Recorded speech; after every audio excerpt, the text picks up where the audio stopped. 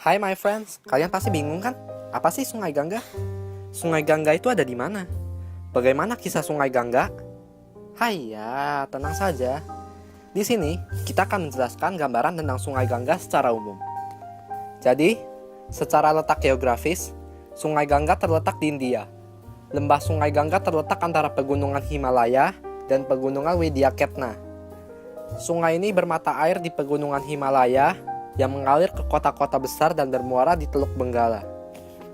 Pendukung kebudayaan Gangga adalah orang-orang Arya. Mereka berasal dari sekitar Laut Kaspia yang datang memasuki India sekitar 2000 sebelum Masehi di daerah Hindia Utara. Akibat kedatangan bangsa Arya, bangsa Dravida pun terdesak dan menyingkir ke India Selatan.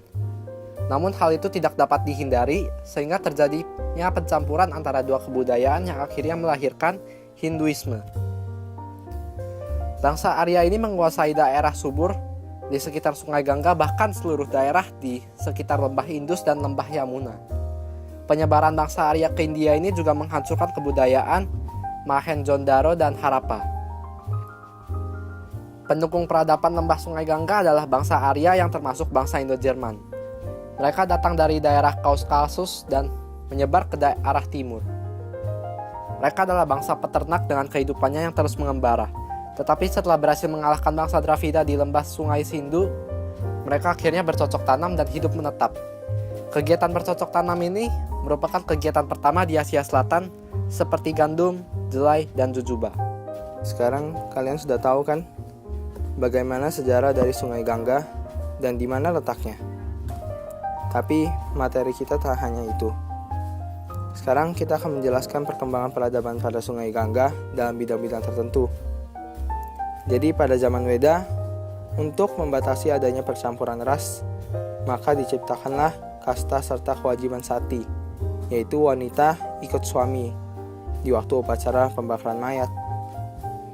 Pada zaman ini, perkawinan antar kasta merupakan salah satu penyebab seseorang dikeluarkan dari kastanya. Jadi, pada bidang hukum, penduduk di India terbagi atas 4 kasta. Yang pertama adalah kasta Brahmana, yaitu golongan para ahli agama dan ilmu pengetahuan. Golongan ini paling dihormati dan biasanya menjadi penasihat raja. Yang kedua adalah kasta Ksatria, ialah golongan ningrat dan para prajurit. Golongan inilah yang memegang kekuasaan dan menjalankan pemerintahan. Yang ketiga adalah kasta Waisya, ialah golongan pedagang dan petani. Mereka merupakan golongan yang berusaha mengeluarkan keringat untuk menghasilkan perbekalan yang diperlukan oleh semua golongan. Yang terakhir adalah kasta Sudra, yaitu golongan buruh kasar dan hamba sahaya. Pada peradaban ini, bangsa Arya menganggap rendahnya bangsa Dravida, karena orang Arya berkulit putih dan orang Dravida berkulit hitam. Orang Arya berhidung mancung, tapi orang Dravida berhidung pesek. Orang Arya berbadan tinggi, sedangkan orang Dravida berbadan pendek. Karena perbedaan-perbedaan itulah, bangsa Arya menjauhkan diri dari bangsa Dravida. Di sini, penduduk Sungai Gangga sudah memiliki kepercayaan atau religi masing-masing, yang diantaranya adalah agama Hindu dan agama Buddha. Agama Hindu ini memuja para dewa. Terdapat 3 dewa yang paling terkemuka, yaitu Dewa Brahma sebagai pencipta alam, Dewa Wisnu sebagai pemelihara alam, dan Dewa Siwa sebagai perusak alam. Kitab suci agama Hindu ini dikenal sebagai Kitab Weda. Sedangkan agama Buddha ini diajarkan oleh Siddhartha Gautama, yaitu putra mahkota kerajaan Kapilawastu di India Utara. Siddhartha Gautama memperoleh pencerahan tentang masalah kehidupannya, dan sejak itu ia disebut Buddha, yang artinya orang yang telah mencapai penerangan sempurna. Kitab Tripitaka adalah salah satu kitab agama Buddha. Selain itu, bangsa Arya juga menghasilkan beberapa budaya-budayanya. Hasilnya berupa seni patung, seni pahatan. Patung ini biasanya berbentuk patung para dewa agama Hindu seperti Dewa Brahma, Wisnu, dan Siwa. Dari sisi bangunan, bangsa Arya membangun berupa candi-candi dengan pahatan indah. Lalu ada tulisan dan bahasa yang digunakan ialah bahasa Sanskerta, huruf-hurufnya Pallava. Di Jawa, huruf Pallawa ini berkembang menjadi huruf Jawa. Bangsa Arya juga menghasilkan sebuah karya seni sastra yang ditulis.